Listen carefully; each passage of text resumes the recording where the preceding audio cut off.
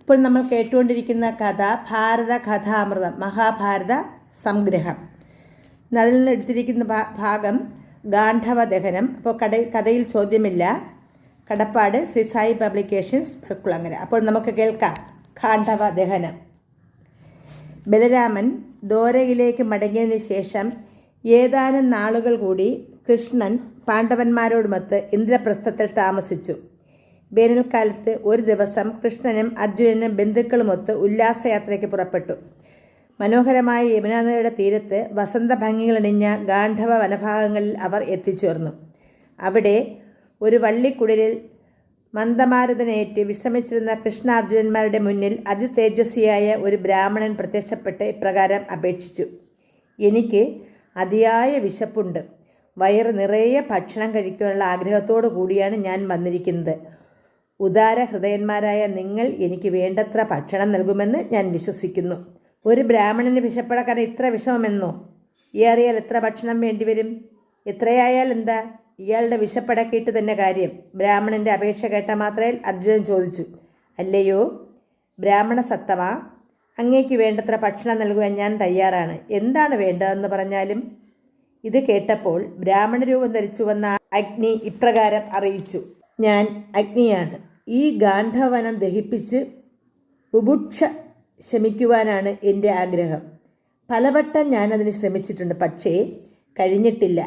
ഈ വനത്തിൽ ഇന്ദ്രസഖനായ തക്ഷകൻ താമസിക്കുന്നുണ്ട്. അതുമൂലം ഇന്ദ്രൻ എൻ്റെ പരിശ്രമങ്ങളെ പരാജയപ്പെടുത്തുന്നു. നിങ്ങൾ രണ്ടാളും മഴ തടഞ്ഞ് എന്നെ സഹായിക്കണം. ഈ വനം മുഴുവനും ഭക്ഷിച്ചാൽ മാത്രമേ എൻ്റെ ജാഠ്യം നീങ്ങുകയുള്ളൂ. പണ്ട് ശേതകി എന്നൊരു രാജാവുണ്ടായിരുന്നു. അദ്ദേഹം തുടർച്ചയായി അനേക യാഗങ്ങൾ നടത്തി ഋത്വിക് ജനം മടുത്തു. അവർ യാഗം ചെയ്യാൻ വിമുഖത പ്രദർശിപ്പിച്ചു. അപ്പോൾ രാജാവ് മറ്റ് ഋത്വിക്കുകളെ തേടി തുടർന്ന് 100 വർഷം നീണ്ടു നിൽക്കുന്ന ഒരു മഹായജ്ഞം നടത്താൻ സന്നദ്ധനായി. അതിന് ആ ഋത്വിക്കുകളും വിസമ്മതിച്ചു. അദ്ദേഹം അവർക്ക് ധാരാളം ദാനം ചെയ്യാമെന്ന് പറയുകയും സഹായം അപേക്ഷിക്കുകയും ചെയ്തു. പക്ഷേ അവർ കൂട്ടാക്കിയില്ല. എന്നു മാത്രമല്ല, അവർ രാജാവിനെ അവഹേളിക്കുക കൂടി ചെയ്തു. അങ്ങ് എത്ര കാലമായിട്ടാണ് ഇങ്ങനെ കർമ്മം ചെയ്യുന്നു? ഞങ്ങളെല്ലാം ക്ഷീണിച്ചു. ഇനിയും യജ്ഞം ചെയ്യിക്കുവാൻ ഞങ്ങൾക്ക് വയ്യ. അങ്ങ് വല്ല ശുദ്രരെയും തേടിപ്പിടിക്കുക. ബ്രാഹ്മണരുടെ ഈ അധിക്ഷേപം സഹിക്കാനാവാതെ ശേതകി കൈലാസത്തിലെത്തി ശ്രീ പരമശിവനെ തപസ് ചെയ്തു. 6 മാസത്തോളം അതിനിഷ്ഠൂരമായ വ്രതോപവാസങ്ങൾ ചെയ്തു. സമാധിയിൽ കഴിഞ്ഞു. ശിവൻ പ്രത്യക്ഷനായി എന്ത് വരം വേണമെങ്കിലും ആവശ്യപ്പെട്ടുകൊള്ളുവാൻ അരുളി ചെയ്തു. രാജർഷി ഇപ്രകാരം അപേക്ഷിച്ചു: ഭഗവാനെ, അവിടത്തേക്ക് എന്നിൽ പ്രിയമുണ്ടെങ്കിൽ അവിടുന്ന് സ്വയം എന്നെ യോജിപ്പിക്കുക. യാഗം ചെയ്യുവാനുള്ള അധികാരമില്ലാത്ത ശിവൻ വിഷമിച്ചു. അദ്ദേഹം ശേതകിയോട് പറഞ്ഞു: നീ 12 വർഷക്കാലം ബ്രഹ്മചര്യ വ്രതത്തോടെ ആജ്യധാരകളാൽ അഗ്നിയെ തൃപ്തിപ്പെടുത്തുക. നിന്റെ ആഗ്രഹം സഫലമാകും. രാജാവ് ശിവന്റെ നിർദ്ദേശമനുസരിച്ച് പ്രവർത്തിച്ചു. 12 കഴിഞ്ഞപ്പോൾ ശിവൻ വീണ്ടും പ്രത്യക്ഷനായി: ഞാൻ സന്തുഷ്ടനായിരിക്കുന്നു. യാചനം ബ്രാഹ്മണർക്ക് മാത്രം വിധിച്ചിരിക്കുകയാൽ എൻ്റെ അംശമായി ഭൂമിയിൽ ഉള്ള ഒരു ദ്വിജോത്തമനെ കൊണ്ട് നിന്റെ യാഗം നടത്തിക്കുക. നീ യജ്ഞത്തിന് വേണ്ട സംഭരണങ്ങൾ ഒരുക്കുക. ശേതകി യജ്ഞത്തിന് വേണ്ടതെല്ലാം സംഭരിച്ചു. ശിവാംശ സംഭവനായ ദുർവാസാവ് മുനിയെത്തി യജ്ഞം നടത്തി. അദ്ദേഹം സർവ്വ ഐശ്വര്യങ്ങളോടും കൂടി വളരെ കാലം ജീവിച്ചിരുന്നു. അഗ്നി ആ സത്രത്തിൽ 12 വർഷക്കാലം ഹവിസ് അനുഭവിച്ചു സംതൃപ്തയായി. തന്മൂലം അന്യയജ്ഞങ്ങളിലെ ഹവിസ് ഏൽക്കുവാനുള്ള താല്പര്യമില്ലാതെയായി. ആകെ വിളറി വെളുത്ത് തെളിച്ചമില്ലാതെ അഗ്നി രോഗഗ്രസ്തനായി തീർന്നു. രോഗശാന്തിക്ക് വേണ്ടി അഗ്നി ബ്രഹ്മലോകത്തെത്തി ബ്രഹ്മാവിനെ കണ്ടു. 12 വർഷം ധാരാഹവിസ് അനുഭവിക്കുകയാലത്രേ നിനക്ക് മൗഢ്യം ബാധിച്ചത്. നിന്റെ രുചിക്കുറവ് തീർക്കാൻ ഒരു മാർഗമുണ്ട്. ഖണ്ഡവവനം ഭക്ഷിക്കുക, നിനക്ക് സുഖമാവും. അഗ്നി മടങ്ങി ഗാന്ധവവനം ഭക്ഷിക്കുവാൻ ശ്രമിച്ചു.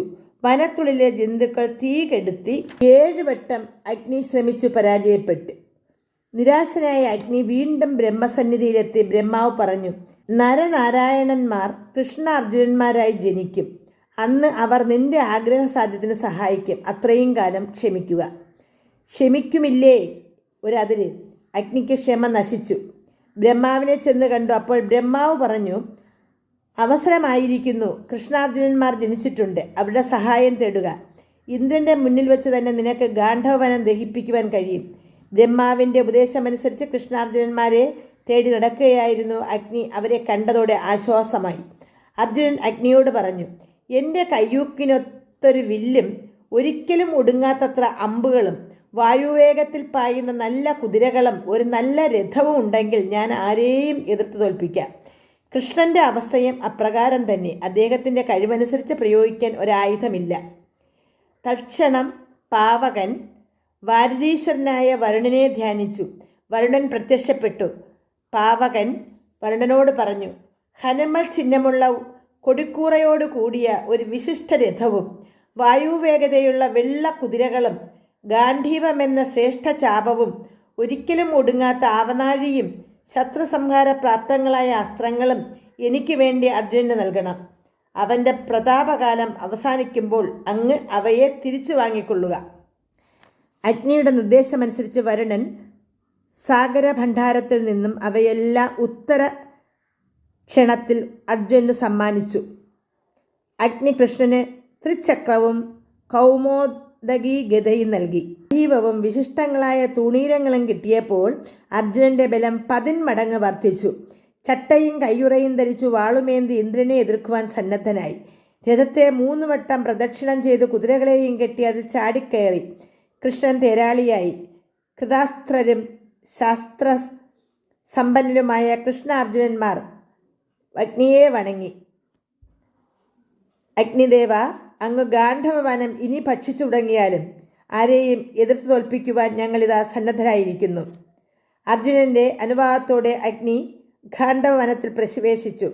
4 പാടും തീ പടർന്നു പിടിച്ചു. ശാഖോപശാഖകളോടുകൂടി വളർന്നു നിന്നിരുന്ന വൻമരങ്ങൾ കൂട്ടം കൂട്ടമേ കത്തിക്കരിഞ്ഞു വീണു തുടങ്ങി. മരക്കൊമ്പുകളിലും വള്ളിക്കുടിലുകളിലുമായി താമസിക്കുന്ന പക്ഷികളും കാട്ടിലെവിടെവിടെ താമസിച്ചിരുന്ന നാനാ ജന്തുക്കളും അസഹനീയമായ ചൂടുമൂലം പ്രാണരക്ഷാർത്ഥ 4 പാടും ഓടി. വ്യാഘ്രാദികൾ, കരടികൾ, ആനകൾ എന്നുവേണ്ട സകല ജീവികളും ഓടിത്തളർന്ന് തീയിൽപ്പെട്ടു കാലഗതി അടഞ്ഞു. ജന്തുക്കളുടെയും പക്ഷികളുടെയും അക്രന്ദനം കൊണ്ട് അവിടെ മെങ്ങും മാറ്റുലിക്കൊണ്ടു. ആശയങ്ങൾ പറ്റി മീനുകളും ആമകളും മറ്റും ചത്തുപൊങ്ങി. അഗ്നിജ്വാലകൾ ഉയർന്നു വാനോളമെത്തി. ഗാന്ധവവനം ദഹിപ്പിക്കുന്ന വാർത്തയറിഞ്ഞ് ദേവേന്ദ്രൻ കോപാകുലനായി അസംഖ്യം മേഘങ്ങളെ അയച്ചു. ആകാശത്തു നിന്ന് വർഷം തുടങ്ങി.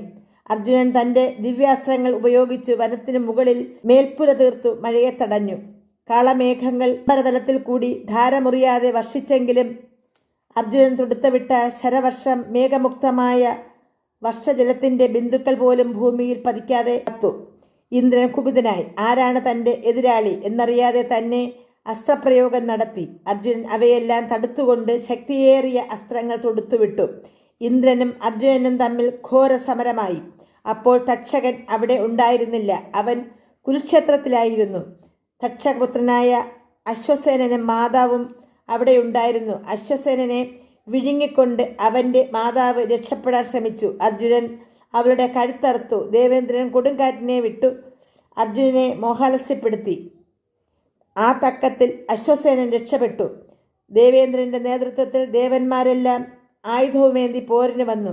കൃഷ്ണാർജുനന്മാർ ദേവന്മാരെ നിശേഷം പരാജയപ്പെടുത്തി. ദേവന്മാർ ഓടിമറഞ്ഞു. ദേവേന്ദ്രൻ കുഴങ്ങി. അതിനിടയിൽ ഒരു അശരീരി ഉണ്ടായി. അല്ലേ ദേവേന്ദ്ര, അങ്ങ് യുദ്ധം ചെയ്യുന്നത് പുത്രനായ അർജുനനോടാണ്. അവൻ്റെ സഹായത്തിന് കൃഷ്ണനുമുണ്ട്. നരനാരായണന്മാരായ അർജുനന്മാരെ തോൽപ്പിക്കാൻ ആർക്കും സാധ്യമല്ല. അത് മനസ്സിലാക്കി യുദ്ധം അവസാനിപ്പിച്ചാലും. ഇത് കേട്ട് ഇന്ദ്രൻ ഇത് കർത്തവ്യതാമൂഢനായി തീർന്നു. എന്നാൽ തൻ്റെ പുത്രൻ്റെ സാമർഥ്യത്തെക്കുറിച്ചോർത്ത് അഭിമാനം കൊള്ളുകയും സന്തോഷിക്കുകയും ചെയ്തു. താൻ അയച്ച മേഘങ്ങളെ ഇന്ദ്രൻ പ്രത്യാഹ്വാനം ചെയ്തു. അർജുനൻ തൻ്റെ ദിവ്യാസ്ത്രങ്ങളെയും പ്രതിസംഹരിച്ചു. അഗ്നിഭഗവാൻ തടസ്സം കൂടാതെ വനമാകെ 15 ദിവസം കൊണ്ട് ദഹിപ്പിച്ചു. തൻ്റെ ബുഭുക്ഷ ശമിപ്പിച്ചു. അഗ്നിക്കിരയായിക്കൊണ്ടിരുന്ന വനത്തിൽ നിന്ന് മയൻ എന്ന അസുരശില്പി പുറത്തു ചാടി രക്ഷപ്പെടാൻ ഒരുങ്ങി. അത് കണ്ട് കൃഷ്ണൻ സുദർശന ചക്രമെടുത്ത് അവൻ്റെ നേർക്കെറിഞ്ഞു. മയൻ ഭയവിഹുലനായി പ്രാണരക്ഷാർത്ഥം അർജുനൻ്റെ പാദങ്ങളിൽ വീണു. കൃഷ്ണനും അഗ്നിയും അവനെ ഉപദ്രവിക്കാതെ വിട്ടയച്ചു. മയനെ കൂടാതെ 4 ശാർംഗപക്ഷികളും കൂടെ അഗ്നിക്കിരയാകാതെ രക്ഷപ്രാപിച്ചു. കൃഷ്ണാർജുനന്മാരുടെ വീരപരാക്രമങ്ങൾ കണ്ട് സംതൃപ്തനായ ദേവേന്ദ്രൻ എന്ത് വരമാണ് വേണ്ടതെന്ന് അവരോട് ചോദിച്ചു. അർജുനൻ ദിവ്യാസ്ത്രങ്ങൾ ആവശ്യപ്പെട്ടു. ശിവനെ തപസ് ചെയ്ത് തൃപ്തിപ്പെടുത്തിയാൽ ദിവ്യാസ്ത്രങ്ങൾ ലഭിക്കുമെന്ന് പറഞ്ഞ് ഇന്ദ്രൻ പുത്രനെ അനുഗ്രഹിച്ചു. അർജുനനുമായി എന്നെന്നും നീണ്ടു നിൽക്കുന്ന സൗഹൃദമാണ് തനിക്ക് വേണ്ടതെന്ന് കൃഷ്ണൻ ആവശ്യപ്പെട്ടു. ഇന്ദ്രൻ കൃഷ്ണനെയും അനുഗ്രഹിച്ചു. കൃഷ്ണാർജുനന്മാരും മയനും അഗ്നിയോട് യാത്ര പറഞ്ഞു സന്തോഷത്തോടെ മടങ്ങി. നമസ്കാരം.